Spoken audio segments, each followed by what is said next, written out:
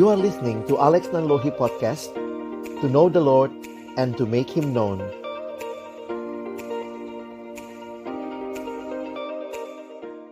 Mari teman-teman, sebelum kita belajar kembali kebenaran firman Tuhan, sore hari ini mari kita berdoa. Bapa di dalam surga, terima kasih banyak buat kesempatan terus diperlengkapi, supaya kami juga semakin siap melayani Tuhan, melayani umat Tuhan, melayani generasi ini, bagi kemuliaan nama-Mu. Kami bersama-sama akan membuka firman-Mu. Kami mohon bukalah juga hati kami. Jadikanlah hati kami seperti tanah yang baik, supaya ketika benih firman Tuhan ditaburkan boleh sungguh-sungguh berakar, bertumbuh, dan berbuah nyata di dalam hidup kami. Berkati hamba-Mu yang menyampaikan, setiap kami yang mendengar, juga diskusi di antara kami. Tuhan yang memimpin sehingga pada akhirnya kami bukan hanya menjadi pendengar-pendengar firman yang setia, tapi mampukan dengan kuasa dari Roh-Mu yang kudus, kami dimampukan menjadi pelaku-pelaku firman-Mu di dalam hidup kami, di dalam masa muda kami. Bersabdalah ya Tuhan, kami umat-Mu sedia mendengarnya. Dalam satu nama yang kudus, nama yang berkuasa, nama Tuhan kami Yesus Kristus, kami menyerahkan pemberitaan firman-Mu. Amin. Ya, shalom teman-teman sekalian. Pertama-tama kembali bersyukur buat kesempatan ini. Sama-sama kita akan belajar hari ini tentang pemuridan bagi generasi Z, ya. Nah, Abang siapkan materi juga dalam slide ini. Jadi nanti kita akan sama-sama melihat beberapa hal terlebih dahulu tentang pemuridan, ya. Jadi kalau teman-teman nanti memperhatikan, saya pikir dari diskusi kita kemarin, ini juga terjadi sebuah perubahan besar sebenarnya di dalam pelayanan, ya. Dalam pelayanan khususnya kaum muda, di masa yang lalu memang kita lihat generasinya, generasi abang begitu ya, itu terbiasa dengan acara-acara yang besar dan cenderung satu arah. Pembicaranya bicara, menyampaikan dari depan, kita semua dengar, nyatet begitu ya. Nah, tapi kalau kita kembali melihat kebutuhan generasi ini, seperti yang teman-teman kemarin juga sudah coba gali, coba yakini, maka saya melihat sebenarnya apa yang menjadi warisan yang menarik dalam PMK, dalam pelayanan mahasiswa, kita bersyukur ya, kita punya tradisi utamanya itu kelompok kecil. Tradisi di mana di dalam kelompok ini, itulah yang kita juga bisa pahami kebutuhan-kebutuhan yang kemarin kita bahas itu sebenarnya bisa dengan lebih mudah, lebih praktis, lebih tepat dialami, ya. Jadi kalau teman-teman nanti memperhatikan, saya jadi makin sadar bahwa melayani generasi Z ini, kita makin perlu benar-benar memfokuskan kepada kelompok kecil yang dinamis. Jadi bagaimana kita merindukan ada pertumbuhan dalam kelompok kecil yang memang polanya tuh menarik ya. Kelompok kecil kan tidak cuma satu arah, tapi kita terjadi diskusi dan seterusnya. Nah, karena itu saya coba memulai dengan meng-highlight beberapa hal. Apa artinya bahwa terjadi pemuridan ya. Jadi begini teman-teman, kalau kita bicara kelompok kecil, saya harap kita memahaminya, kelompok kecil kita adalah tujuannya pemuridan. Ada banyak gereja, banyak gerakan menyatakan juga katanya kelompok kecil. Tapi ternyata kalau lihat itu lebih bersifat seperti kelompok sharing, ya. Nah, kita dalam pelayanan mahasiswa yang kita kembangkan sama-sama adalah pola kelompok kecil pemuridan, sebenarnya seperti itu. Jadi tujuan akhir dari kelompok itu adalah menghasilkan murid. Ya, jadi saya harap kita paham itu supaya kalau nanti kalian, kalaupun generasinya berganti, nanti habis Z muncul alpha, habis alpha muncul beta, Poin abang adalah kalian tidak kehilangan esensi pemuridan.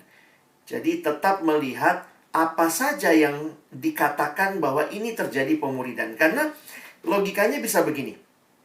Bisa jadi ada kelompoknya, tapi polanya tidak terjadi pemuridan. Nah, inilah yang saya coba gali dari beberapa buku, dan juga saya meminjam presentasi slide dari sahabat saya, Bapak Johan Setiawan, yang mencoba menggali secara khusus dari berbagai buku, berbagai survei, dan pengalaman kita di lapangan.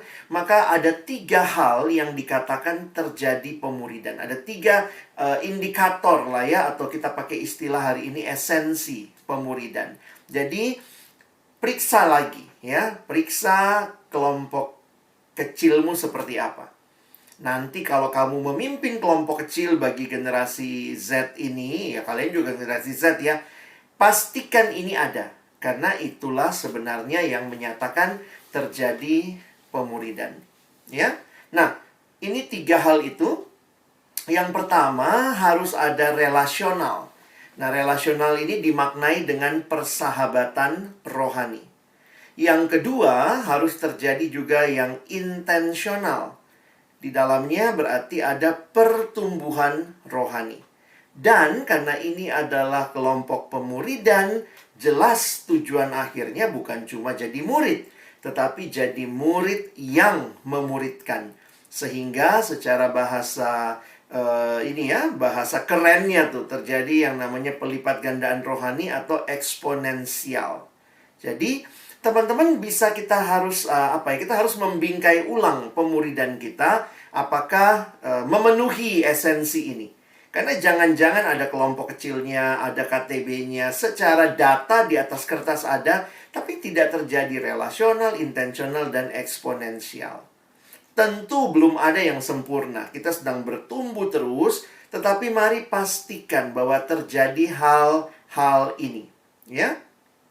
Dan jangan lupa memang fokus utamanya sebenarnya dalam semua kelompok adalah kehadiran Tuhan.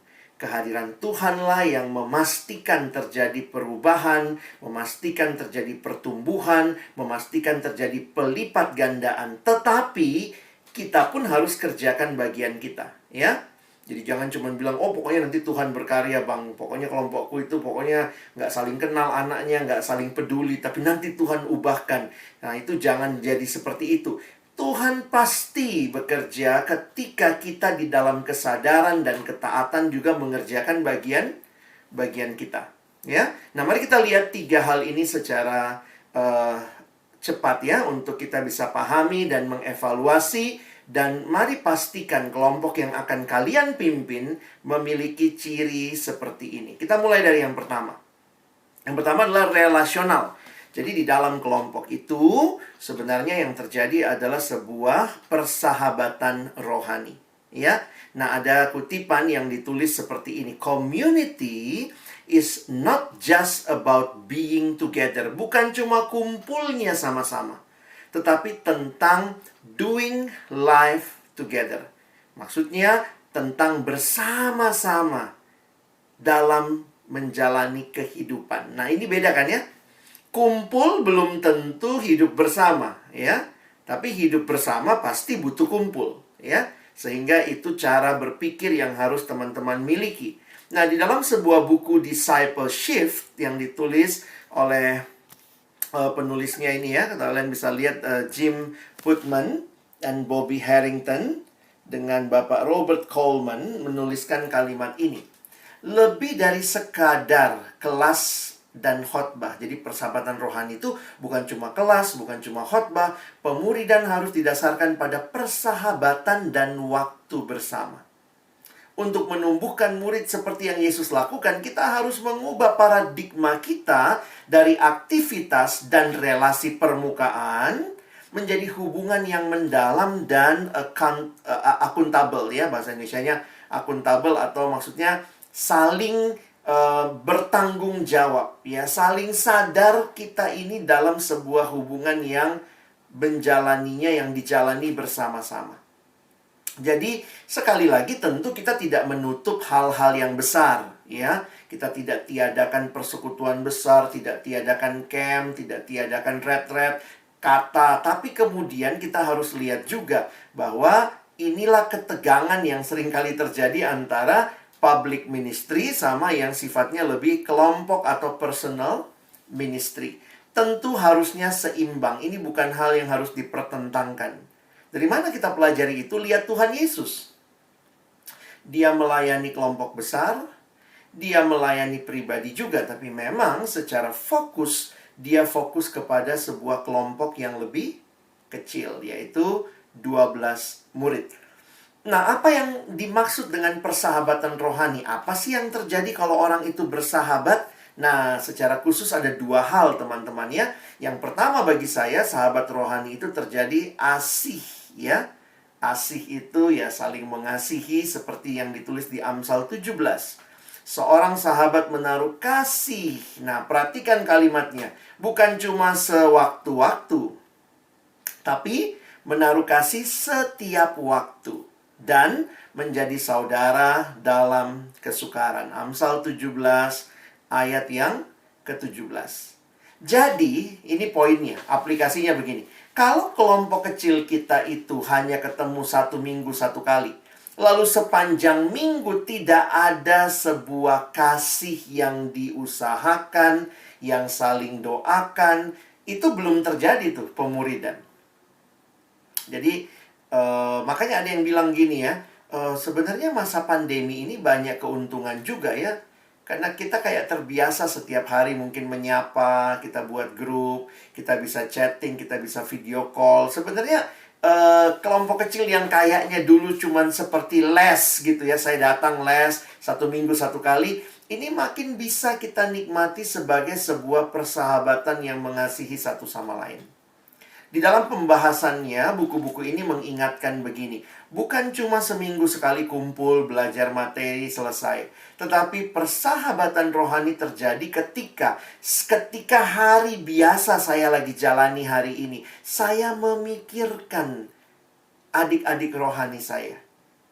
Saya mendoakan mereka.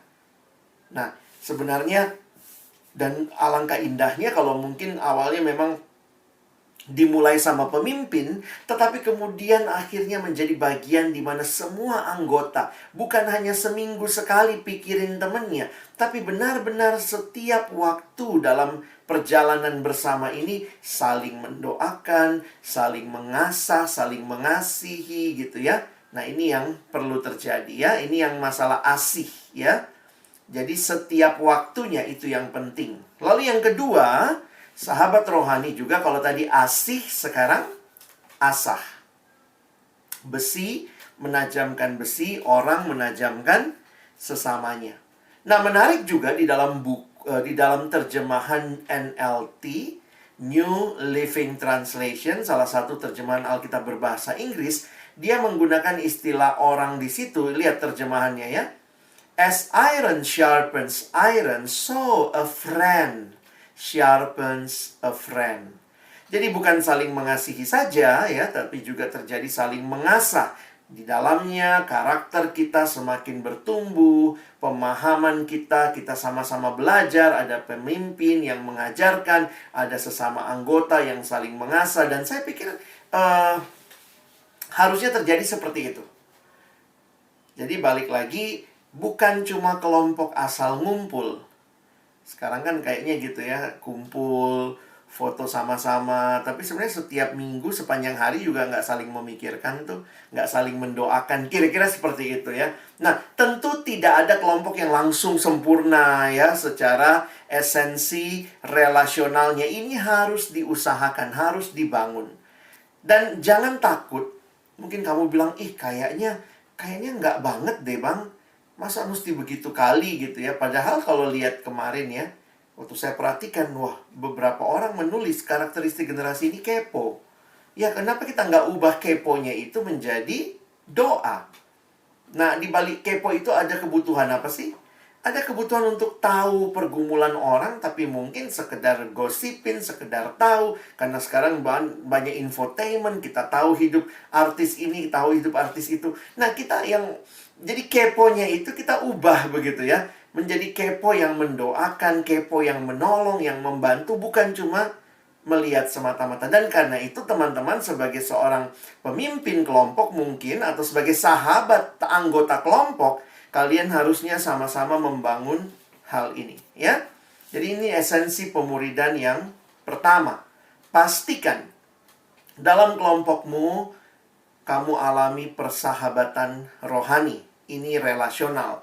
Yang kedua, kita bicara intensional. Maksudnya apa sih intensional? Sebenarnya secara sederhana, intensional itu seperti Tuhan Yesus. Waktu Tuhan Yesus datang ke dalam dunia, dia memanggil murid-muridnya.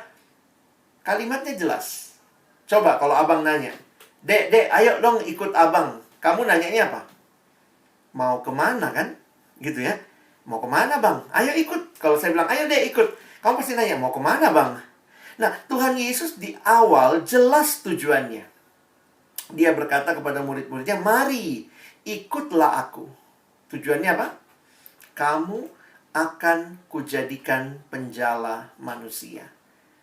Tuhan Yesus jelas, paling tidak di benaknya, ada tujuan yang dia rindukan, yang dia doakan, yang dia gumulkan, yang dia usahakan untuk orang-orang yang dia pimpin. Melayani generasi yang katanya banyak banyak distraksinya. Kadang-kadang tujuan tuh jadi nggak jelas. Memang juga kadang-kadang gitu ya, ini generasi yang pragmatis, disuruh komitmen nggak mau, kayaknya sulit ambil komitmen. Tapi kalau kita tahu bahwa mereka membutuhkan pertumbuhan rohani, maka kita harusnya berjuang.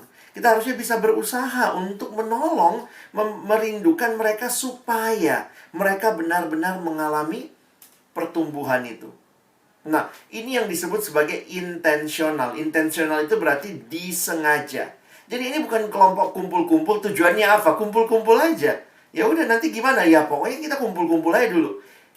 Bukan demikian. Ada tujuan. Nah, saya mengutip kalimat dari Edmund Chan dalam bukunya A Certain Kind.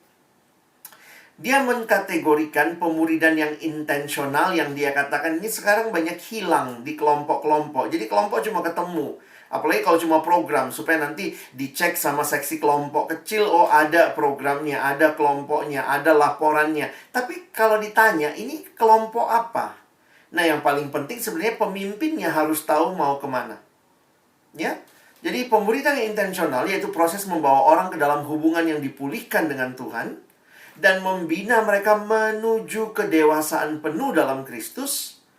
Nah, ini poinnya bukan cuma saya mau dia bertumbuh, tapi yang dimaksud dengan intensional menurut Edmund Chan, dan saya pikir juga di Perkantas kita sama pemahamannya, punya rencana pertumbuhan yang jelas. Ya, paling tidak kalau di kita ada kurikulum, ada bahan, ya. Ada bahan, ada kurikulum yang di dalamnya kita rindu nih. Orang ini waktu dia ngerti ini, nanti dia belajar ini lagi, nanti dia bertumbuh lagi, nanti dia lakukan ini, nanti dia dipercayakan pelayanan ini. Jadi, paling tidak ada rencana pertumbuhan yang intensional sehingga, perhatikan, bukan cuma orang itu bertumbuh. Nah, ini lihat ya, pemuridan yang dimaksud ini kaitan sama eksponensial juga. Sehingga mereka mampu juga melipat gandakan keseluruhan proses ini kepada orang lain. Jadi mesti dipahami nih ya, kita mesti merindukan hal seperti ini terjadi. Jelas nih, kalau kamu jadi pemimpin kelompok, ya mungkin sih kita pertemuannya bisa sangat fleksibel, cair gitu ya. Beberapa kali saya juga bilang sama pemimpin kelompok kecil sekarang, mungkin agak beda dengan generasi saya. Kami di kelompok kecilin dikasih bahan apa, iya-iya aja ya. Sekarang bisa jadi mungkin pemimpin yang nawarin, ayo dek, mau belajar apa? Mungkin ada yang diajarin di awal, tapi kemudian sambil jalan juga kita terbuka kepada materi yang mungkin dia butuhkan. Teman-teman harus sadar betul ya, saya bukannya, ini saya orang Perkantas, saya juga yang ikut bikin bahan ya. Tapi juga sadar banyak bahan yang kita belum punya. Kita punyanya MHB. Kita nggak punya bahan tentang pornografi secara khusus. Bahan PA, pornografi. Kita nggak punya bahan PA tentang internet, tentang game online. Nah, itu kan kadang-kadang kita nggak bisa tutup mata. Yang penting dia cuma tahu doa saat teduh. PA, tapi kita juga merindukan gitu. Nah, sehingga mungkin ada space, karena ini generasi milenial yang, generasi Z yang mungkin bisa diberikan pilihan-pilihan. Jadi akhirnya begini, kamu silahkan susun kurikulummu sendiri, kamu butuh apa. Tapi di benak pemimpin, kita punya arah. Kita mau bawa dia dalam pertumbuhan kepada Kristus. Jadi, saya pikir jangan tolak kurikulum, tapi mari bermain cantik ya. Kalau sekarang istilahnya, mari berselancar dengan kurikulum. Jadi bukan menjadi terpatok sama kurikulum. Seksi kelompok kecil harus lebih fleksibel kalau mau melayani generasi Z. Ya, bukan berarti tidak ada urutannya, tapi kalau kalian anak pendidikan, kalian lihat pola pendidikan pun akhirnya memberikan kepada orang tuh kemerdekaan belajar. Bukan hanya apa yang harus dia pelajari, tapi juga diberikan kesempatan apa yang dia ingin ketahui. Ya, dan biasanya itu lebih passionate ya, karena memang itu yang sesuatu yang dia pengen. Nah, jadi ini yang kedua. Ya, yang ketiga. Yang ketiga eksponensial. Jadi pastikan di dalam kelompok kita terjadi pelipat gandaan rohani. Ayat yang sering dikutip adalah 2 Timotius 2 ayat 2. Perhatikan, di dalam ayat yang singkat ini, Paulus melihat ada 4 generasi. Pertama, dirinya. Dia bilang sama Timotius, apa yang telah engkau dengar daripadaku. Ada Paulus. Yang kedua ada engkau, Timotius. Lalu yang ketiga ada orang-orang yang dapat dipercayai dan yang cakap mengajar orang lain. Pemuridan itu jelas tujuannya. Paulus tidak hanya memuridkan Timotius saja, tapi dia berpikir juga bagaimana melalui Timotius ada orang yang dapat dipercaya dan orang itu pun akan mengajar lagi orang lain. Ada 4 generasi. Ya. Sehingga ini pola pemuridan yang baik ya. Tentu, saya harus katakan dengan jujur dan jelas juga ya, tidak semua AKK kita akan jadi PKK. Atau saya spesifikkan gini ya, tidak semua AKK kita akan jadi PKK di kampus. Soalnya saya juga pernah punya AKK yang seperti itu ya, dia nggak jadi PKK di kampus, tapi di gereja sesudah keluar dari kampus. Dia tiba-tiba Tuhan percayakan jadi majelis di gerejanya, tapi itu beberapa tahun setelah, jadi dia nggak berbuah di kampus. Ya, ini menunjukkan kepada kita, pokoknya poinnya gini, usaha kita di benak kita adalah orang itu kalau dipercayakan orang baru, dia tahu bagaimana melatih orang ini dari awal sampai dia bertumbuh. Jadi kalau kalian perhatikan prinsipnya tadi, kalau kalian perhatikan prinsipnya Edmund Chan ya, nah ini. Sehingga, lihat yang paling bawah, sehingga mereka juga mampu melipat gandakan keseluruhan proses ini kepada orang lain. Beberapa adik kelompok kecil abang jadi PKK di gereja. Dan apa yang terjadi waktu dia jadi PKK di gereja? Dia datang nanya, aku mesti ngapain ya bang? Aku mesti mulai dengan apa? Terus akhirnya dia bilang gini, iya ya, mulai aja kayak waktu itu sama abang ya. Kita mulai, kita pipa dulu, kita PI dulu, lalu kemudian dia terima Yesus, kita bawa dia bertumbuh, kita pakai MHB. Jadi dia punya pemahaman, itu berarti sudah berlipat ganda. Walaupun dia belum bisa mimpin di kampus, tapi ketika satu waktu dia dipercayakan memimpin orang lain, dia tahu prosesnya. Dia mampu melipat gandakan dalam sebuah proses yang dari awal. Ya. Nah, ada kalimat menarik nih ya di dalam Talmudnya orang Yahudi. When you teach your son, you teach your son's son.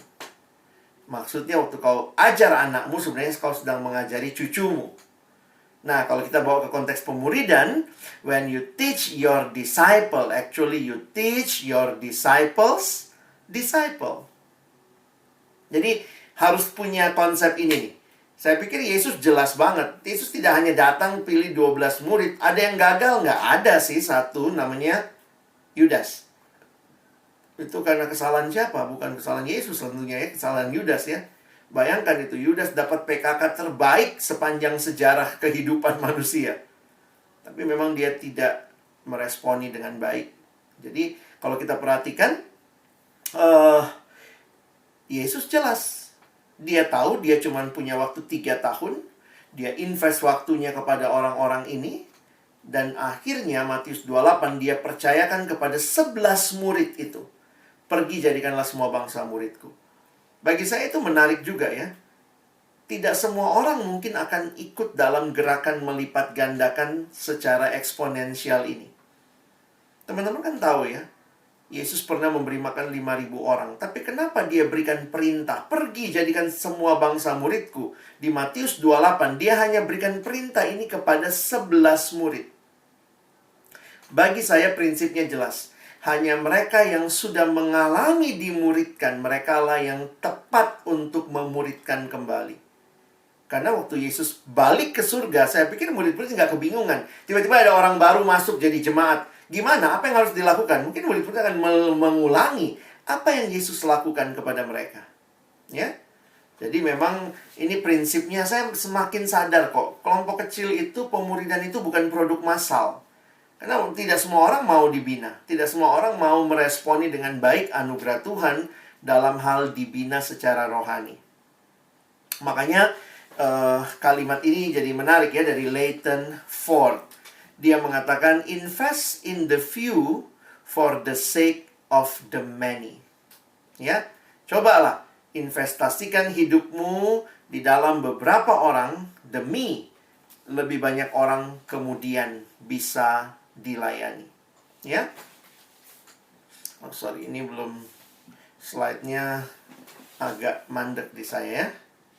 Nah, Yohanes 15 ayat yang ke-8 mengatakan, dalam hal inilah Bapakku dipermuliakan, yaitu jikalau kamu berbuah banyak, dan dengan demikian kamu adalah murid-muridku. Nah, ini yang tadi ya, slide yang Leighton Ford-nya. Invest in the few for the sake of the many. Nah, saya kutip lagi nih kalimat dari Craig Groeschel. Dia mengatakan, most leaders are trying to figure out the right strategy. Tapi the best leader are obsessed with empowering the right people. Jadi, kalimat ini menolong saya juga menyadari. Teman-teman ingat ya, begitu kelompok kecil itu jadi program, sebenarnya di situ letak kemunduran pemuridan. Maksudnya bukan berarti nggak boleh dimasukkan program. Tapi kalau akhirnya fokusmu sama program, fokusmu sama evaluasi yang sekedar luarnya saja, saya jadi takut sih ya. Kita cuman kayak melakukan sebuah aktivitas yang tidak ketemu esensinya. Makanya menarik sekali waktu perhatikan perenungan ini, kita lihat ya, ketika masa yang lalu, fokus kita ada pada prosesnya gitu ya. Bagaimana anak baru masuk tuh nanti diapain, prosesnya harus bagus ininya. Beberapa kali saya lihat ini kita suka fokus sama proses. Bagus sih prosesnya, tapi kadang-kadang kita jadi lupa kepada individu yang lagi dalam proses itu. Bersyukur juga sebenarnya dengan pandemi ini ya. Pandemi ini mengubah banyak hal dan membuat kita jadi sadar yang penting itu apa. Jujur aja, kalau kita tidak sedang online, pasti lagu kita sampai 7 itu biasanya yang saya tahu. Coba kalau camp-camp itu ya, atau lagi kebaktian lah. Lagunya bisa 7 itu. Pertama, pujian, penyembahan, ucapan syukur, pengakuan dosa, panjang lagu kita. Kenapa kita pendek-pendekin? Masalah kuota. Tapi sebenarnya kan poin saya adalah begini. Kita jadi sadar yang selama ini kita habiskan waktu begitu lama latihan. Sebenarnya kan bisa simple. Kan bisa aja disimpelkan. Anak persekutuan itu kayak sibuk kali gitu ya. Kenapa? Karena memang kita punya program, kita punya Kita punya standar. Harus latihan sekian kali. Nanti latihan ada gladi resinya, ada gladi ininya, pakai tangannya, pakai baju sama. Waktu sudah begini sekarang, coba lihat apa yang penting. Yang kalian kasih waktu banyak apa? Ya firman juga kan, kami juga yang jadi pembicara ya.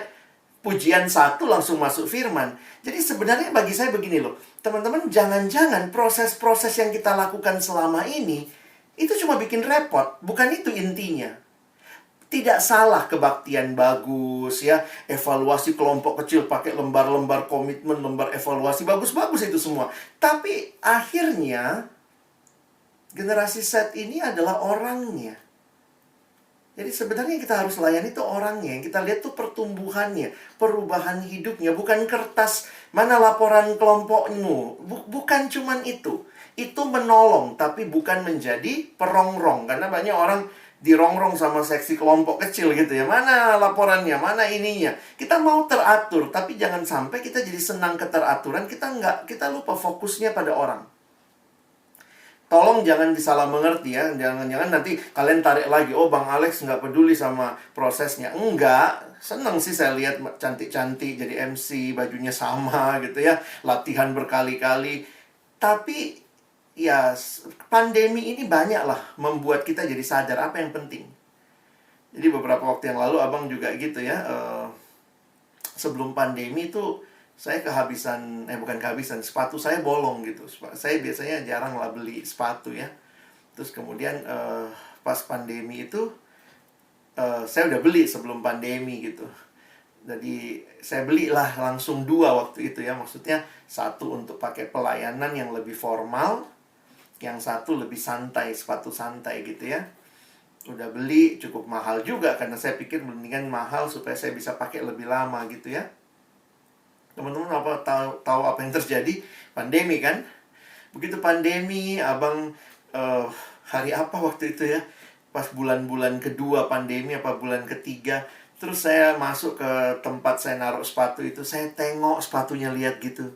Ya ampun, apalah artinya ya sebenarnya beli sepatu ya? Waktu nggak ada juga tempat makainya. Jadi akhirnya saya pikir sebenarnya alas kaki itu yang penting ada alasnya kan. Logikanya kan begitu ya. Di rumah juga kadang-kadang nggak pakai sendal, nggak pakai sepatu di rumah kan. Jadi akhirnya makin menyadari gitu. Apa gunanya baju kita yang banyak? Ayo. Di rumah itu kan kadang-kadang baju itu lagi, kau pakai itu lagi gitu. Yang makin robek-robek, makin enak dipakai kan. Jadi kadang-kadang saya pikir pandemi ini menolong kita melihat apa sih yang penting. Dan banyak hal yang saya pikir iya ya, benar tuh. Tuhan menolong kita balik lihat orangnya. Evaluasi terutama pada orangnya. Bukan cuma sekadar kepada hal-hal di luarnya. Sehingga ada kalimat terakhir ini ya, kalimat dalam buku Andy Stanley, dia mengatakan, your greatest contribution to the kingdom of God may not be something you do. Nah, bisa paham ya? Bukan apa yang kau lakukan, jadi MC gitu ya, jadi pemusik, jadi apalah, penyambut tamu di persekutuan. Maksudnya dia begini, itu penting pasti. Tapi jauh lebih penting adalah pikirkan someone you raise. Siapa yang kau muridkan, siapa yang kau bangun hidupnya. Sehingga sebenarnya kalimat ini memberikan refleksi kepada saya begini. Jangan habiskan waktu. Jadi gini ya, kalau logikanya begini. Kalau gara-gara latihan musik kau nggak bisa kelompok, maka batalkan latihan musiknya. Kelompok yang diutamakan. Bisa paham ya? Jadi kadang-kadang kan kita gitu ya, latihan musik bisa berkali-kali. Cari waktu kelompok kecil aja susah setengah mati. Ini masalahnya apa nih? Bisa jadi salah strategi kan? Jadi saya jujur aja katakan, kalau itu bikin kamu nggak bisa kelompok, bubarkan latihan musiknya. Nggak apa-apa kebaktian nggak pakai musik panjang-panjang. Sekarang juga nggak pakai kok. Kadang-kadang puter aja lagu-lagu Bangsa Galat tadi. Kan ada tuh, di play aja gitu ya. Sehingga ini poinnya adalah hati-hati, generasi ini kan makin sibuk. Nah, kalau kita pun tidak menyederhanakan pelayanan kita, jangan-jangan nanti orang memilih yang tampil di depan. Karena tampil di depan itu indah. Indah dilihat orang, dipuji orang, dievaluasi. Kamu membangun kelompok kecil, siapa yang apresiasi kamu? Seksi kelompok kecil pun kadang merongrong, bukannya mengapresiasi gitu ya. Jadi saya harus katakan, mari belajar untuk menyeimbangkan ya. Jadi ingat, relasional. Yang kedua, terjadi pertumbuhan rohani yang intensional. Dan yang ketiga, terjadi pelipat gandaan ya. Nah, buku yang ditulis oleh Grant Skeldon, dia seorang pendeta milenial ya. Kalau lihat tampangnya, gayanya gitu ya, dengan tatonya dia menulis buku The Passion Generation. Nah, buku ini sudah diterjemahkan oleh Perkantas. Kita menerjemahkannya dengan judul Generasi Penuh Hasrat. Nah, memang dia menulisnya dalam konteks milenial, ya, karena memang banyak milenial juga dalam gereja yang dia temui, dan dia mengkategorikan dirinya sendiri, ya. Grant Skeldon pun adalah pendeta milenial. Dia mungkin baru umur 30-an kali, ya, baru ulang tahun 30 tahun lalu kalau saya nggak salah. Nah, bagi saya yang menarik adalah bagaimana dia menganalisa masalah di dalam gereja yang seringkali kaitkan dengan, wah, anak mudanya begini nih, anak mudanya begitu, anak mudanya begini. Nah, tesis yang dia sampaikan dalam buku ini tesisnya, ya. Sorry, slide-mu belum ganti itu, ya. Bentar. Jadi kalimat yang dia sampaikan dalam tulisannya, dia bilang the church doesn't have a millennial problem.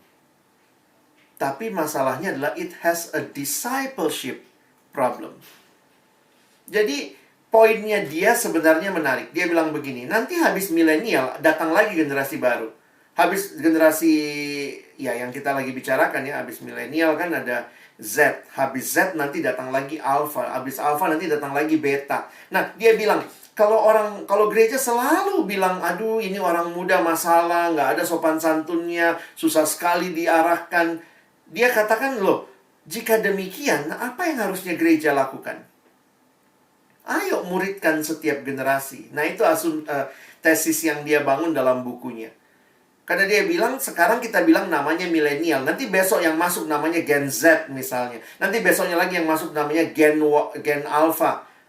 Kita kan selalu bilang, ini masalah, ini masalah. Setiap kali lihat generasi, ini masalah. Bayangkan kalau gereja selalu lihat orang muda, itu masalah. Itu masalah. Mau bagaimana melayaninya? Sehingga dia mengatakan sebenarnya masalah utamanya adalah tidak adanya pemuridan. Ya. The church doesn't have a millennial problem. It has a discipleship problem. Karena itu dia menawarkan dalam bukunya ini, ya. Bagi saya yang dia tawarkan menarik tuh. Pemahaman yang lebih utuh tentang pemuridan. Ya. Di bagian awal bukunya, teman-teman, si Grant Skeldon ini memasukkan beberapa karikatur wajah. Dan orang-orang ini adalah, dia katakan, inilah yang sebenarnya memuridkan dia. Jadi dia berkata sederhananya teriakan dia, karena dia nulis buku ini untuk dua generasi, ya. Dia tulis untuk yang tua, dan dia juga tulis untuk yang muda. Jadi dia jadi jembatan antara orang tua dengan yang milenial. Dia bilang sama yang tua, kalau kamu tidak suka dengan kami, kamu tidak suka cara kami, kamu tidak suka pola kami, jangan lupa loh, kami ini anak-anakmu. Ayolah muridkan kami, supaya kami tahu bagaimana seharusnya hidup seperti yang kalian harapkan. Kira-kira begitu. Sementara kepada orang muda, sesama generasinya dia bilang, ayolah kita beri diri kita dimuridkan. Jadi dia berdiri di dalam dua sebagai jembatan untuk mengingatkan bahwa ini generasi yang perlu dimuridkan oleh generasi sebelumnya. Nah, di dalam pelayanan mahasiswa saya pikirkan, ya, setiap generasi yang masuk, ya, kita muridkan, ya. Memang mungkin nggak bisa semuanya, atau nggak semua orang juga ditawarkan mau ikut. Tapi kiranya kita nggak kehilangan esensi ini. Generasi boleh berganti, tapi terus terjadi pemuridan. Nah, di bagian bukunya ini dia menjelaskan perbedaan, ya, antara apa itu mentorship, apa itu acara-acara gereja, dan apa itu pemuridan. Bagi saya menarik cara pikirnya. Dia menuliskan begini. Kalau mentorship itu adalah come and meet with me. Datang dan ketemu saya. Kalau acara gereja sebagian besar itu come and listen to me. Coba datang ke gereja gitu, ya. Ada acara apa? Seminar. Ya udah datang dengerin saya gitu kan. Nah, jujur waktu abang renungkan ini, saya mikir-mikir juga loh, jangan-jangan kelompok kecil kita tuh mentorship, ya. Kayak les. Kalian pernah nggak punya anak les? Datang seminggu sekali, belajar, ada bukunya. Kita belajar sama-sama, ya, 2 jam, siap itu, selesai, udah. Nanti datang lagi minggu depan. Bisa jadi kalau kita nggak usahakan lebih, kelompok kecil kita cuma mentorship. Yang terjadi koneksinya ya seminggu sekali waktu ketemu. Tapi waktu nggak ketemu. Nah, lihat tadi ya, yang dikatakan esensi pemuridan terjadi persahabatan rohani. Sehingga sebenarnya Yesus sendiri berkata, discipleship itu come and follow me. Nah, memang ini hidup bersama. Tapi kan sekarang ada nggak ya PKK yang satu kos sama AKK-nya? Ada pasti ya, tapi kan nggak banyak. Tapi sebenarnya melalui teknologi, walaupun kita 1 minggu sekali kelompok formalnya, tapi sepanjang minggu kita bisa mengupayakan terjadi persahabatan itu. Sehingga benar-benar terjadi seperti yang Yesus dengan muridnya. Walaupun dalam keterbatasan kita dengan teknologi, kita bisa come and follow me. Nah, saya pikir itu yang teman-teman dan saya harus perjuangkan. Harus usahakan di tengah-tengah generasi yang kita lihat makin butuh kedekatan. Tapi juga kita sadar bahwa teknologi bisa menjauhkan, tapi juga saya pikir mari pakai mendekatkan. Lalu kemudian kita bicara tadi tentang sistem-sistem dan struktur-struktur yang ada di dalam pelayanan kita. Jangan-jangan itu yang harus direformasi dulu. Sebelum akhirnya kita jadi kita katanya mau melayani generasi ini, tapi mungkin saja kita tidak sedang menerapkan standar yang tepat karena kita terlalu sibuk dengan urusan struktur yang sudah baku. Dari dulu sudah begitu, nggak boleh diubah. Nah, ini kalau udah bicara ubah mengubah, nah di sini pergumulan seringkali ya. Tapi saya harus berkata begini, ambil waktu diam di hadapan Tuhan, gumulkan lagi. Mana yang harus kita buang? Mana yang harus kita pertahankan demi terjadinya pemuridan yang maksimal bagi generasi ini. Nah, jadi kiranya prinsip-prinsip ini yang Abang kasih menolong kalian untuk memuridkan di generasi Z ini. Amin. Mari teman-teman, sebelum kita belajar kembali kebenaran firman Tuhan sore hari ini, mari kita berdoa. Bapa di dalam surga, terima kasih banyak buat kesempatan terus diperlengkapi, supaya kami juga semakin siap melayani Tuhan, melayani umat Tuhan, melayani generasi ini, bagi kemuliaan nama-Mu. Kami bersama-sama akan membuka firman-Mu, kami mohon bukalah juga hati kami, jadikanlah hati kami seperti tanah yang baik, supaya ketika benih firman Tuhan ditaburkan boleh sungguh-sungguh berakar, bertumbuh, dan berbuah nyata di dalam hidup kami. Berkati hamba-Mu yang menyampaikan, setiap kami yang mendengar, juga diskusi di antara kami.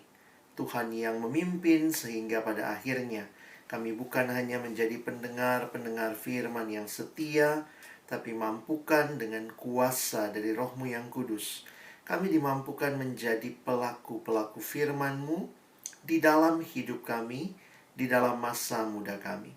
Bersabdalah ya Tuhan, kami umat-Mu sedia mendengarnya. Dalam satu nama yang kudus, nama yang berkuasa, nama Tuhan kami Yesus Kristus, kami menyerahkan pemberitaan firman-Mu. Amin. Ya, shalom teman-teman sekalian. Pertama-tama kembali bersyukur buat kesempatan ini. Sama-sama kita akan belajar hari ini tentang pemuridan bagi generasi Z ya. Nah, Abang siapkan materi juga dalam slide ini. Jadi nanti kita akan sama-sama melihat beberapa hal terlebih dahulu tentang pemuridan ya. Jadi kalau teman-teman nanti memperhatikan, saya pikir dari diskusi kita kemarin, ini juga terjadi sebuah perubahan besar sebenarnya di dalam pelayanan, ya. Dalam pelayanan khususnya kaum muda, di masa yang lalu memang kita lihat generasinya, generasi abang begitu ya, itu terbiasa dengan acara-acara yang besar dan cenderung satu arah. Pembicaranya bicara, menyampaikan dari depan, kita semua dengar, nyatet, begitu ya. Nah, tapi kalau kita kembali melihat kebutuhan generasi ini, seperti yang teman-teman kemarin juga sudah coba gali, coba yakini, Maka saya melihat sebenarnya apa yang menjadi warisan yang menarik dalam PMK, dalam pelayanan mahasiswa, kita bersyukur ya. Kita punya tradisi utamanya itu kelompok kecil. Tradisi di mana di dalam kelompok ini, itulah yang kita juga bisa pahami kebutuhan-kebutuhan yang kemarin kita bahas itu sebenarnya bisa dengan lebih mudah. Lebih mudah, lebih praktis, lebih tepat dialami ya. Jadi kalau teman-teman nanti memperhatikan, saya jadi makin sadar bahwa melayani generasi Z ini, kita makin perlu benar-benar memfokuskan kepada kelompok kecil yang dinamis. Jadi bagaimana kita merindukan ada pertumbuhan dalam kelompok kecil yang memang polanya tuh menarik ya. Kelompok kecil kan tidak cuma satu arah, tapi kita terjadi diskusi dan seterusnya. Nah, karena itu saya coba memulai dengan meng-highlight beberapa hal. Apa artinya bahwa terjadi pemuridan ya. Jadi begini teman-teman, kalau kita bicara kelompok kecil, saya harap kita memahaminya kelompok kecil kita adalah tujuannya pemuridan. Ada banyak gereja, banyak gerakan menyatakan juga katanya kelompok kecil. Tapi ternyata kalau lihat itu lebih bersifat seperti kelompok sharing. Ya, nah kita dalam pelayanan mahasiswa yang kita kembangkan sama-sama adalah pola kelompok kecil pemuridan sebenarnya seperti itu. Jadi tujuan akhir dari kelompok itu adalah menghasilkan murid. Ya, jadi saya harap kita paham itu supaya kalau nanti kalian kalaupun generasinya berganti nanti habis Z muncul alpha, habis alpha muncul beta. Poin abang adalah kalian tidak kehilangan esensi pemuridan. Jadi tetap melihat apa saja yang dikatakan bahwa ini terjadi pemuridan. Karena logikanya bisa begini. Bisa jadi ada kelompoknya, tapi polanya tidak terjadi pemuridan. Nah, inilah yang saya coba gali dari beberapa buku dan juga saya meminjam presentasi slide dari sahabat saya, Bapak Johan Setiawan, yang mencoba menggali secara khusus dari berbagai buku, berbagai survei dan pengalaman kita di lapangan. Maka ada 3 hal yang dikatakan terjadi pemuridan. Ada 3 indikator lah ya, atau kita pakai istilah hari ini esensi pemuridan. Jadi periksa lagi ya, periksa kelompok kecilmu seperti apa. Nanti kalau kamu memimpin kelompok kecil bagi generasi Z ini, ya kalian juga generasi Z ya, pastikan ini ada. Karena itulah sebenarnya yang menyatakan terjadi pemuridan. Ya, nah ini 3 hal itu. Yang pertama harus ada relasional. Nah, relasional ini dimaknai dengan persahabatan rohani. Yang kedua harus terjadi juga yang intensional. Di dalamnya berarti ada pertumbuhan rohani. Dan karena ini adalah kelompok pemuridan, jelas tujuan akhirnya bukan cuma jadi murid, tetapi jadi murid yang memuridkan. Sehingga secara bahasa bahasa kerennya tuh terjadi yang namanya pelipat gandaan rohani atau eksponensial.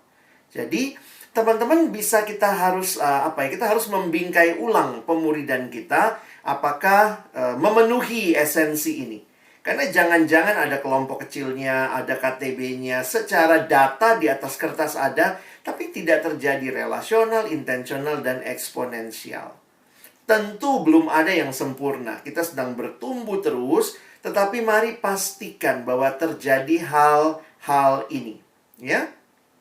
Dan jangan lupa memang fokus utamanya sebenarnya dalam semua kelompok adalah kehadiran Tuhan. Kehadiran Tuhanlah yang memastikan terjadi perubahan, memastikan terjadi pertumbuhan, memastikan terjadi pelipat gandaan. Tetapi kita pun harus kerjakan bagian kita, ya. Jadi jangan cuma bilang, oh pokoknya nanti Tuhan berkarya bang. Pokoknya kelompokku itu pokoknya nggak saling kenal anaknya, nggak saling peduli. Tapi nanti Tuhan ubahkan. Nah itu jangan jadi seperti itu. Tuhan pasti bekerja ketika kita di dalam kesadaran dan ketaatan juga mengerjakan bagian kita. Ya, nah mari kita lihat 3 hal ini secara cepat ya, untuk kita bisa pahami dan mengevaluasi. Dan mari pastikan kelompok yang akan kalian pimpin memiliki ciri seperti ini. Kita mulai dari yang pertama. Yang pertama adalah relasional. Jadi di dalam kelompok itu sebenarnya yang terjadi adalah sebuah persahabatan rohani.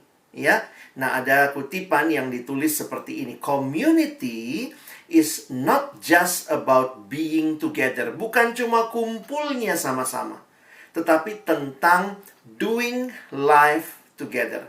Maksudnya tentang bersama-sama dalam menjalani kehidupan. Nah, ini beda kan ya? Kumpul belum tentu hidup bersama, ya. Tapi hidup bersama pasti butuh kumpul, ya. Sehingga itu cara berpikir yang harus teman-teman miliki. Nah, di dalam sebuah buku Discipleship yang ditulis oleh penulisnya ini ya, kalian bisa lihat Jim Putman dan Bobby Harrington dengan Bapak Robert Coleman menuliskan kalimat ini. Lebih dari sekadar kelas dan khotbah. Jadi persahabatan rohani itu bukan cuma kelas, bukan cuma khotbah. Pemuridan harus didasarkan pada persahabatan dan waktu bersama. Untuk menumbuhkan murid seperti yang Yesus lakukan, kita harus mengubah paradigma kita dari aktivitas dan relasi permukaan menjadi hubungan yang mendalam dan akuntabel ya, bahasa Indonesianya akuntabel, atau maksudnya saling bertanggung jawab ya, saling sadar kita ini dalam sebuah hubungan yang menjalaninya, yang dijalani bersama-sama.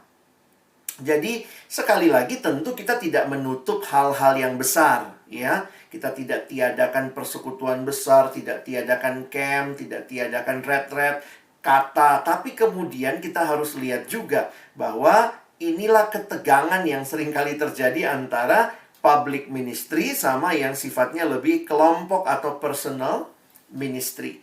Tentu harusnya seimbang. Ini bukan hal yang harus dipertentangkan. Dari mana kita pelajari itu? Lihat Tuhan Yesus. Dia melayani kelompok besar, dia melayani pribadi juga, tapi memang secara fokus, dia fokus kepada sebuah kelompok yang lebih kecil, yaitu 12 murid.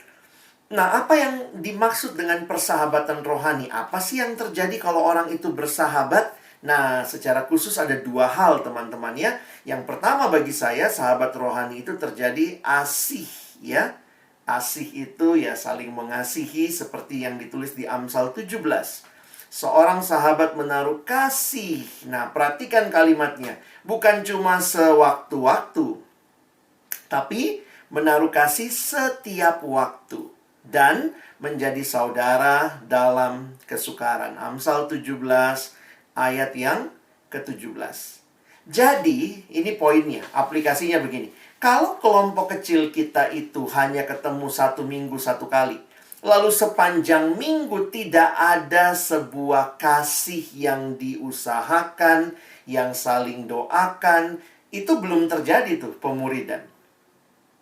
Jadi, makanya ada yang bilang gini ya, sebenarnya masa pandemi ini banyak keuntungan juga ya.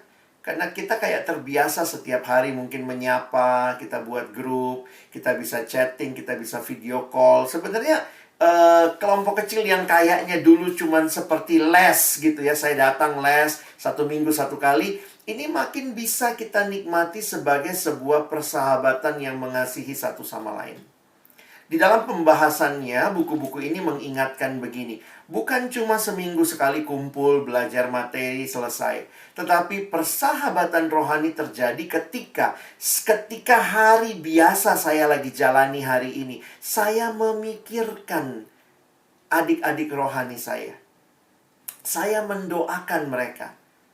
Nah, sebenarnya, dan alangkah indahnya kalau mungkin awalnya memang dimulai sama pemimpin, tetapi kemudian akhirnya menjadi bagian di mana semua anggota bukan hanya seminggu sekali pikirin temennya, tapi benar-benar setiap waktu dalam perjalanan bersama ini saling mendoakan, saling mengasah, saling mengasihi gitu ya. Nah, ini yang perlu terjadi ya. Ini yang masalah asih ya. Jadi setiap waktunya itu yang penting. Lalu yang kedua, sahabat rohani juga kalau tadi asih, sekarang asah. Besi menajamkan besi, orang menajamkan sesamanya. Nah, menarik juga di dalam terjemahan NLT, New Living Translation, salah satu terjemahan Alkitab berbahasa Inggris, dia menggunakan istilah orang di situ. Lihat terjemahannya ya. As iron sharpens iron, so a friend sharpens a friend. Jadi bukan saling mengasihi saja ya, tapi juga terjadi saling mengasah. Di dalamnya karakter kita semakin bertumbuh, pemahaman kita sama-sama belajar, ada pemimpin yang mengajarkan, ada sesama anggota yang saling mengasah. Dan saya pikir harusnya terjadi seperti itu. Jadi balik lagi, bukan cuma kelompok asal ngumpul. Sekarang kan kayaknya gitu ya, kumpul, foto sama-sama. Tapi sebenarnya setiap minggu sepanjang hari juga nggak saling memikirkan tuh. Nggak saling mendoakan. Kira-kira seperti itu ya. Nah, tentu tidak ada kelompok yang langsung sempurna ya. Secara esensi relasionalnya ini harus diusahakan, harus dibangun. Dan jangan takut. Mungkin kamu bilang, ih kayaknya nggak banget deh bang. Masa mesti begitu kali gitu ya. Padahal kalau lihat kemarin ya, waktu saya perhatikan, wah beberapa orang menulis karakteristik generasi ini kepo. Ya kenapa kita nggak ubah keponya itu menjadi doa? Nah di balik kepo itu ada kebutuhan apa sih?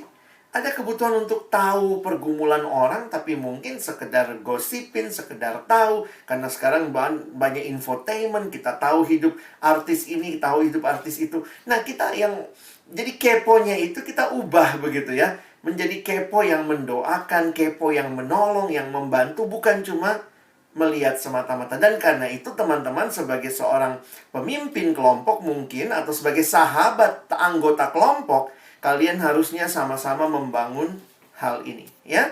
Jadi ini esensi pemuridan yang pertama.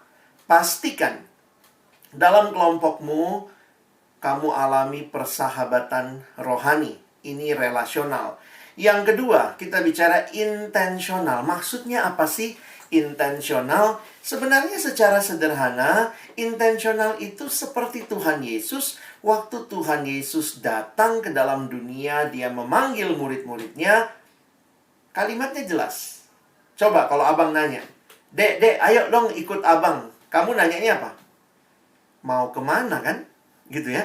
Mau kemana bang? Ayo ikut. Kalau saya bilang, ayo deh ikut. Kamu pasti nanya, mau kemana bang?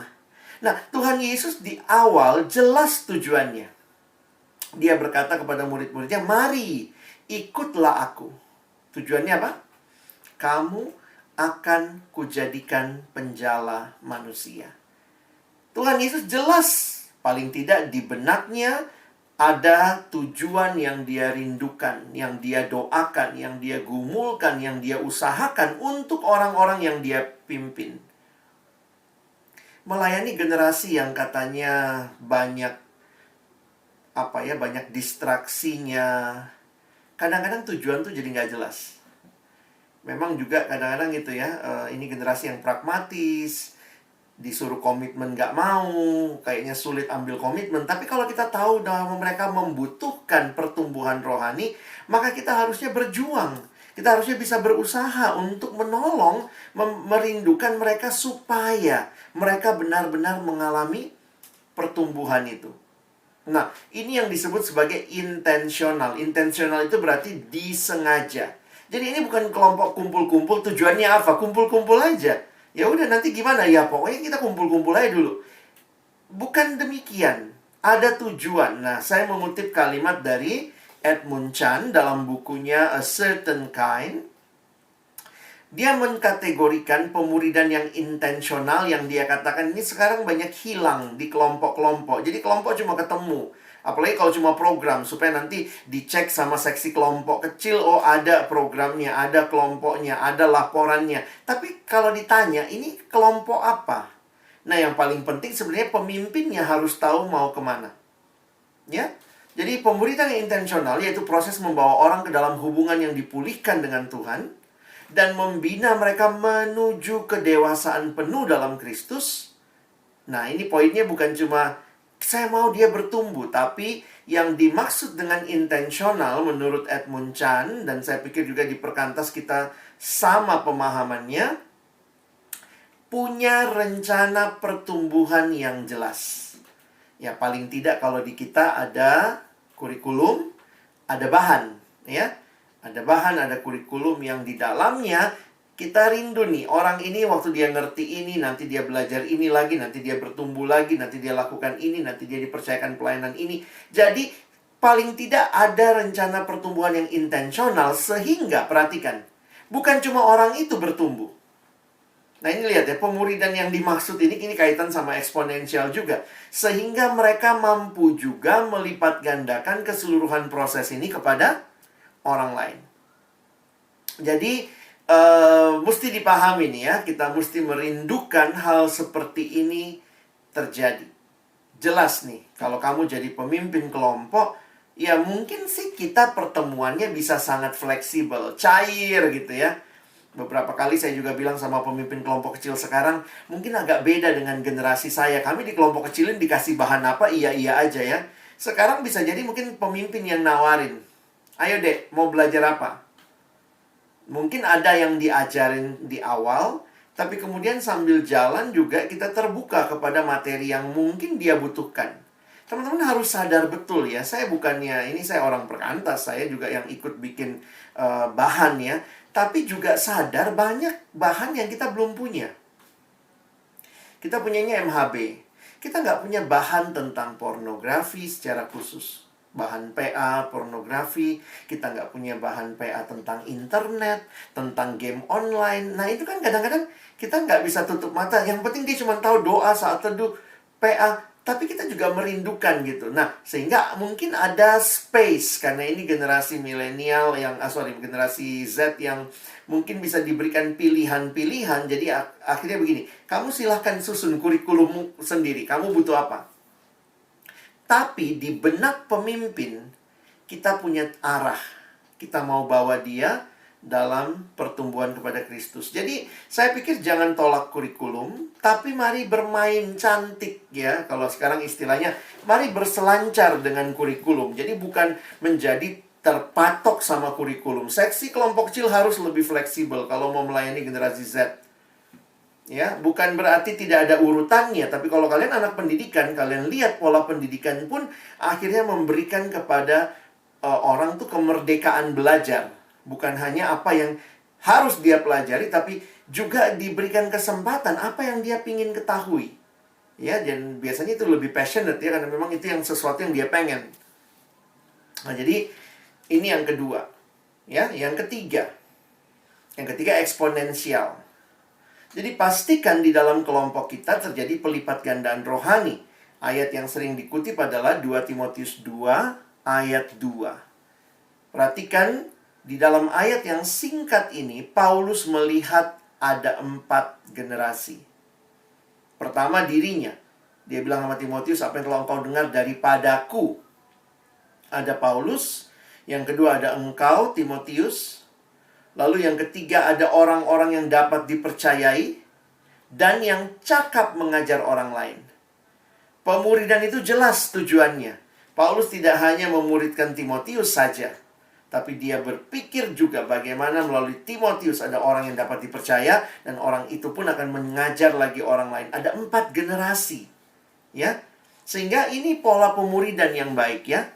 Tentu, saya harus katakan dengan jujur dan jelas juga ya, tidak semua AKK kita akan jadi PKK. Atau saya spesifikkan gini ya, tidak semua AKK kita akan jadi PKK di kampus. Soalnya saya juga pernah punya AKK yang seperti itu ya. Dia nggak jadi PKK di kampus, tapi di gereja sesudah keluar dari kampus. Dia tiba-tiba Tuhan percayakan jadi majelis di gerejanya. Tapi itu beberapa tahun setelah. Jadi dia nggak berbuah di kampus. Ya. Ini menunjukkan kepada kita, pokoknya poinnya gini. Usaha kita di benak kita adalah orang itu kalau dipercayakan orang baru, dia tahu bagaimana melatih orang ini dari awal sampai dia bertumbuh. Jadi kalau kalian perhatikan prinsipnya tadi, kalau kalian perhatikan prinsipnya Edmund Chan ya. Nah ini. Sehingga, lihat yang paling bawah, sehingga mereka juga mampu melipat gandakan keseluruhan proses ini kepada orang lain. Beberapa adik kelompok kecil abang jadi PKK di gereja. Dan apa yang terjadi waktu dia jadi PKK di gereja? Dia datang nanya, aku mesti ngapain ya bang? Aku mesti mulai dengan apa? Terus akhirnya dia bilang gini, iya ya, mulai aja kayak waktu itu sama abang ya. Kita mulai, kita pipa dulu, kita PI dulu, lalu kemudian dia terima Yesus, kita bawa dia bertumbuh, kita pakai MHB. Jadi dia punya pemahaman, itu berarti sudah berlipat ganda. Walaupun dia belum bisa mimpin di kampus, tapi ketika satu waktu dia dipercayakan memimpin orang lain, dia tahu prosesnya. Dia mampu melipat gandakan dalam sebuah proses yang dari awal. Ya? Nah, ada kalimat menarik nih ya di dalam Talmudnya orang Yahudi. When you teach your son, you teach your son's son. Maksudnya waktu kau ajar anakmu, sebenarnya kau sedang mengajari cucumu. Nah, kalau kita bawa ke konteks pemuridan, when you teach your disciple, actually you teach your disciples disciple. Jadi harus punya konsep ini nih. Saya pikir Yesus jelas banget. Yesus tidak hanya datang pilih 12 murid. Ada yang gagal? Nggak ada sih. Satu namanya Yudas. Itu karena kesalahan siapa? Bukan kesalahan Yesus tentunya ya. Kesalahan Yudas ya. Bayangkan itu, Yudas dapat PKK terbaik sepanjang sejarah kehidupan manusia. Tapi memang dia tidak meresponi dengan baik. Jadi kalau kita perhatikan, Yesus jelas. Dia tahu dia cuma punya waktu 3 tahun. Dia invest waktunya kepada orang-orang ini. Dan akhirnya Matius 28 dia percayakan kepada 11 murid itu. Pergi jadikanlah semua bangsa muridku. Bagi saya itu menarik juga ya. Tidak semua orang mungkin akan ikut dalam gerakan melipat gandakan secara eksponensial ini. Teman-teman kan tahu ya. Yesus pernah memberi makan 5.000 orang. Tapi kenapa dia berikan perintah? Pergi jadikan semua bangsa muridku. Di Matius 28, dia hanya berikan perintah ini kepada 11 murid. Bagi saya prinsipnya jelas. Hanya mereka yang sudah mengalami dimuridkan, merekalah yang tepat untuk memuridkan kembali. Karena waktu Yesus balik ke surga, saya pikir murid-murid nggak kebingungan. Tiba-tiba ada orang baru masuk jadi jemaat. Gimana? Apa yang harus dilakukan? Mungkin murid-murid akan mengulangi apa yang Yesus lakukan kepada mereka. Ya. Jadi memang ini prinsipnya, saya semakin sadar kok. Kelompok kecil itu, pemuridan itu bukan produk massal. Karena tidak semua orang mau dibina. Tidak semua orang mau meresponi dengan baik anugerah Tuhan dalam hal dibina secara rohani. Makanya kalimat ini jadi menarik ya dari Leighton Ford. Dia mengatakan, invest in the few for the sake of the many. Ya, cobalah investasikan hidupmu di dalam beberapa orang demi lebih banyak orang kemudian bisa dilayani. Ya. Oh sorry, ini belum, slide-nya agak mandek di saya ya. Nah, Yohanes 15 ayat yang ke-8 mengatakan, dalam hal inilah Bapakku dipermuliakan, yaitu jikalau kamu berbuah banyak, dan dengan demikian kamu adalah murid-muridku. Nah, ini yang tadi ya, slide yang Leighton Ford-nya. Invest in the few for the sake of the many. Nah, saya kutip lagi nih kalimat dari Craig Groeschel. Dia mengatakan, most leaders are trying to figure out the right strategy. Tapi the best leader are obsessed with empowering the right people. Jadi, kalimat ini menolong saya juga menyadari. Teman-teman ingat ya, begitu kelompok kecil itu jadi program, sebenarnya di situ letak kemunduran pemuridan. Maksudnya bukan berarti nggak boleh dimasukkan program. Tapi kalau akhirnya fokusmu sama program, fokusmu sama evaluasi yang sekedar luarnya saja, saya jadi takut sih ya. Kita cuman kayak melakukan sebuah aktivitas yang tidak ketemu esensinya. Makanya menarik sekali waktu perhatikan perenungan ini, kita lihat ya, Ketika masa yang lalu, fokus kita ada pada prosesnya gitu ya. Bagaimana anak baru masuk tuh nanti diapain, prosesnya harus bagus ininya. Beberapa kali saya lihat ini kita suka fokus sama proses. Bagus sih prosesnya, tapi kadang-kadang kita jadi lupa kepada individu yang lagi dalam proses itu. Bersyukur juga sebenarnya dengan pandemi ini ya. Pandemi ini mengubah banyak hal dan membuat kita jadi sadar yang penting itu apa. Jujur aja, kalau kita tidak sedang online, pasti lagu kita sampai 7 itu biasanya yang saya tahu. Coba kalau camp-camp itu ya, atau lagi kebaktian lah. Lagunya bisa 7 itu. Pertama, pujian, penyembahan, ucapan syukur, pengakuan dosa. Panjang lagu kita. Kenapa kita pendek-pendekin? Masalah kuota. Tapi sebenarnya kan poin saya adalah begini. Kita jadi sadar yang selama ini kita habiskan waktu begitu lama latihan. Sebenarnya kan bisa simple. Kan bisa aja disimpelkan. Anak persekutuan itu kayak sibuk kali gitu ya. Kenapa? Karena memang kita punya program, kita punya apa? Kita punya standar. Harus latihan sekian kali. Nanti latihan ada gladi resinya, ada gladi ininya, pakai tangannya, pakai baju sama. Waktu sudah begini sekarang, coba lihat apa yang penting. Yang kalian kasih waktu banyak apa? Ya firman juga kan, kami juga yang jadi pembicara ya. Pujian 1 langsung masuk firman. Jadi sebenarnya bagi saya begini loh. Teman-teman jangan-jangan proses-proses yang kita lakukan selama ini itu cuma bikin repot. Bukan itu intinya.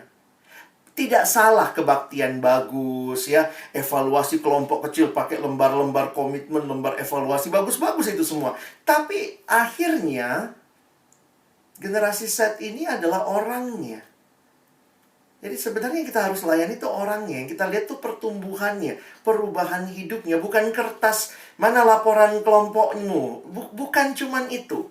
Itu menolong, tapi bukan menjadi perongrong. Karena banyak orang dirongrong sama seksi kelompok kecil gitu ya. Mana laporannya, mana ininya. Kita mau teratur, tapi jangan sampai kita jadi senang keteraturan. Kita lupa fokusnya pada orang. Tolong jangan disalah mengerti ya. Jangan-jangan nanti kalian tarik lagi. Oh, Bang Alex nggak peduli sama prosesnya. Enggak. Seneng sih saya lihat cantik-cantik jadi MC. Bajunya sama gitu ya. Latihan berkali-kali. Tapi ya pandemi ini banyak lah membuat kita jadi sadar apa yang penting. Jadi beberapa waktu yang lalu abang juga gitu ya. Sebelum pandemi itu saya bukan kehabisan, sepatu saya bolong gitu. Saya biasanya jarang lah beli sepatu ya. Terus kemudian pas pandemi itu saya udah beli sebelum pandemi gitu. Jadi saya belilah langsung 2 waktu itu ya. Maksudnya 1 untuk pakai pelayanan yang lebih formal, yang 1 lebih santai, sepatu santai gitu ya. Udah beli cukup mahal juga karena saya pikir mendingan mahal supaya saya bisa pakai lebih lama gitu ya. Teman-teman tahu apa yang terjadi? Pandemi kan? Begitu pandemi, abang hari apa waktu itu ya? Pas bulan-bulan kedua pandemi apa bulan ketiga, terus saya masuk ke tempat saya naruh sepatu itu, saya tengok sepatunya, lihat gitu. Ya ampun, apalah artinya ya sebenarnya beli sepatu ya? Waktu nggak ada juga tempat makainya. Jadi akhirnya saya pikir sebenarnya alas kaki itu yang penting ada alasnya kan. Logikanya kan begitu ya. Di rumah juga kadang-kadang nggak pakai sendal, nggak pakai sepatu di rumah kan. Jadi akhirnya makin menyadari gitu. Apa gunanya baju kita yang banyak? Ayo. Di rumah itu kan kadang-kadang baju itu lagi, kau pakai itu lagi gitu. Yang makin robek-robek, makin enak dipakai kan. Jadi kadang-kadang saya pikir pandemi ini menolong kita melihat apa sih yang penting. Dan banyak hal yang saya pikir iya ya, benar tuh. Tuhan menolong kita balik lihat orangnya. Evaluasi terutama pada orangnya. Bukan cuma sekadar kepada hal-hal di luarnya. Sehingga ada kalimat terakhir ini ya, dalam buku Andy Stanley, dia mengatakan your greatest contribution to the kingdom of God may not be something you do. Nah, bisa paham ya? Bukan apa yang kau lakukan, jadi MC gitu ya, jadi pemusik, jadi apalah, penyambut tamu di persekutuan. Maksudnya dia begini, itu penting pasti. Tapi jauh lebih penting adalah pikirkan someone you raise. Siapa yang kau muridkan? Siapa yang kau bangun hidupnya? Sehingga sebenarnya kalimat ini memberikan refleksi kepada saya begini. Jangan habiskan waktu. Jadi gini ya, kalau logikanya begini. Kalau gara-gara latihan musik kau nggak bisa kelompok, maka batalkan latihan musiknya. Kelompok yang diutamakan. Bisa paham ya? Jadi kadang-kadang kan kita gitu ya, latihan musik bisa berkali-kali. Cari waktu kelompok kecil aja susah setengah mati. Ini masalahnya apa nih? Bisa jadi salah strategi kan? Jadi saya jujur aja katakan, kalau itu bikin kamu nggak bisa kelompok, bubarkan latihan musiknya. Nggak apa-apa kebaktian nggak pakai musik panjang-panjang. Sekarang juga nggak pakai kok. Kadang-kadang puter aja lagu-lagu Bangsa Galat tadi. Kan ada tuh, di play aja gitu ya. Sehingga ini poinnya adalah hati-hati, generasi ini kan makin sibuk. Nah, kalau kita pun tidak menyederhanakan pelayanan kita, jangan-jangan nanti orang memilih yang tampil di depan. Karena tampil di depan itu indah. Indah, dilihat orang, dipuji orang, dievaluasi. Kamu membangun kelompok kecil, siapa yang apresiasi kamu? Seksi kelompok kecil pun kadang merongrong, bukannya mengapresiasi gitu ya. Jadi saya harus katakan, mari belajar untuk menyeimbangkan ya. Jadi ingat, relasional. Yang kedua, terjadi pertumbuhan rohani yang intensional. Dan yang ketiga, terjadi pelipat gandaan. Ya. Nah, buku yang ditulis oleh Grant Skeldon, dia seorang pendeta milenial ya. Kalau lihat tampangnya, gayanya gitu ya. Dengan tatonya dia menulis buku The Passion Generation. Nah, buku ini sudah diterjemahkan oleh Perkantas. Kita menerjemahkannya dengan judul Generasi Penuh Hasrat. Nah, memang dia menulisnya dalam konteks milenial ya, karena memang banyak milenial juga dalam gereja yang dia temui, dan dia mengkategorikan dirinya sendiri ya. Grant Skeldon pun adalah pendeta milenial. Dia mungkin baru umur 30-an kali ya, baru ulang tahun 30 tahun lalu kalau saya nggak salah. Nah, bagi saya yang menarik adalah bagaimana dia menganalisa masalah di dalam gereja yang seringkali kaitkan dengan, wah, anak mudanya begini nih, anak mudanya begitu, anak mudanya begini. Nah, tesis yang dia sampaikan dalam buku ini tesisnya ya. Sorry, slide-mu belum ganti itu ya. Bentar. Jadi, kalimat yang dia sampaikan dalam tulisannya, dia bilang, the church doesn't have a millennial problem. Tapi masalahnya adalah it has a discipleship problem. Jadi, poinnya dia sebenarnya menarik. Dia bilang begini, nanti habis milenial, datang lagi generasi baru. Habis generasi, ya yang kita lagi bicarakan ya, habis milenial kan ada Z. Habis Z nanti datang lagi Alpha. Habis Alpha nanti datang lagi Beta. Nah, dia bilang, kalau gereja selalu bilang, aduh ini orang muda masalah, nggak ada sopan santunnya, susah sekali diarahkan. Dia katakan, loh, jika demikian, apa yang harusnya gereja lakukan?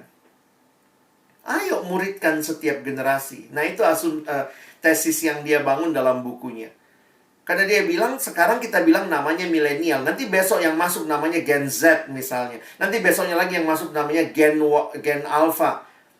Kita kan selalu bilang, ini masalah, ini masalah. Setiap kali lihat generasi, ini masalah. Bayangkan kalau gereja selalu lihat orang muda, itu masalah. Itu masalah. Mau bagaimana melayaninya? Sehingga dia mengatakan sebenarnya masalah utamanya adalah tidak adanya pemuridan. Ya? The church doesn't have a millennial problem. It has a discipleship problem. Karena itu dia menawarkan dalam bukunya ini ya. Bagi saya yang dia tawarkan menarik tuh. Pemahaman yang lebih utuh tentang pemuridan. Ya. Di bagian awal bukunya, teman-teman, si Grant Skeldon ini memasukkan beberapa karikatur wajah. Dan orang-orang ini adalah, dia katakan, inilah yang sebenarnya memuridkan dia.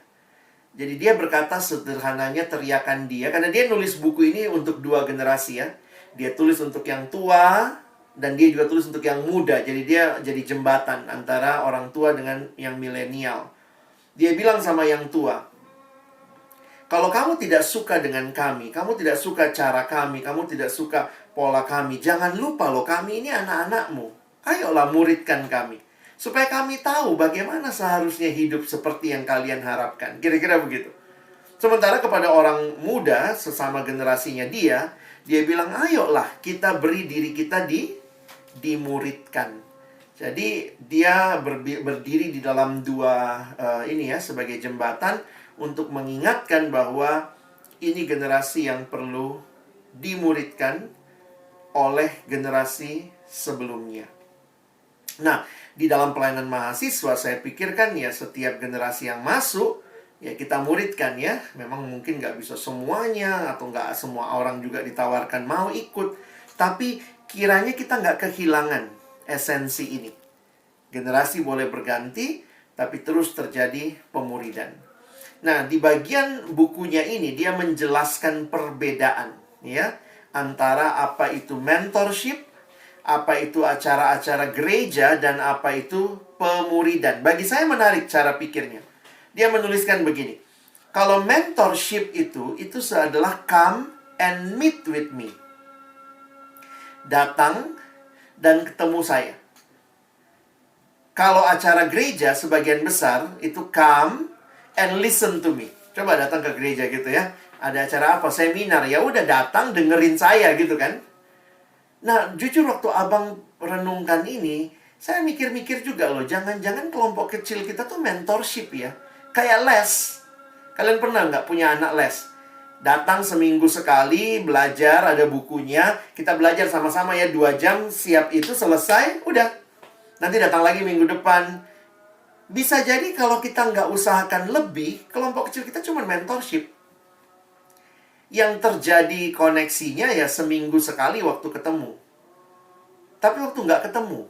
Nah, lihat tadi ya. Yang dikatakan esensi pemuridan terjadi persahabatan rohani. Sehingga sebenarnya Yesus sendiri berkata, discipleship itu come and follow me. Nah, memang ini hidup bersama. Tapi kan sekarang ada nggak ya PKK yang satu kos sama AKK-nya? Ada pasti ya, tapi kan nggak banyak. Tapi sebenarnya melalui teknologi, walaupun kita 1 minggu sekali kelompok formalnya, tapi sepanjang minggu kita bisa mengupayakan terjadi persahabatan itu. Sehingga benar-benar terjadi seperti yang Yesus dengan muridnya. Walaupun dalam keterbatasan kita dengan teknologi, kita bisa come and follow me. Nah, saya pikir itu yang teman-teman dan saya harus perjuangkan. Harus usahakan di tengah-tengah generasi yang kita lihat makin butuh kedekatan. Tapi juga kita sadar bahwa teknologi bisa menjauhkan, tapi juga saya pikir mari pakai mendekatkan. Lalu kemudian kita bicara tadi tentang sistem-sistem dan struktur-struktur yang ada di dalam pelayanan kita. Jangan-jangan itu yang harus direformasi dulu. Sebelum akhirnya kita jadi kita katanya mau melayani generasi ini, tapi mungkin saja kita tidak sedang menerapkan standar yang tepat karena kita terlalu sibuk dengan urusan struktur yang sudah baku. Dari dulu sudah begitu, nggak boleh diubah. Nah, ini kalau udah bicara ubah-mengubah, nah di sini pergumulan seringkali ya. Tapi saya harus berkata begini, ambil waktu diam di hadapan Tuhan, gumulkan lagi. Mana yang harus kita buang? Mana yang harus kita pertahankan demi terjadinya pemuridan yang maksimal bagi generasi ini. Nah, jadi kiranya prinsip-prinsip ini yang abang kasih menolong kalian untuk memuridkan di generasi Z ini. Amin.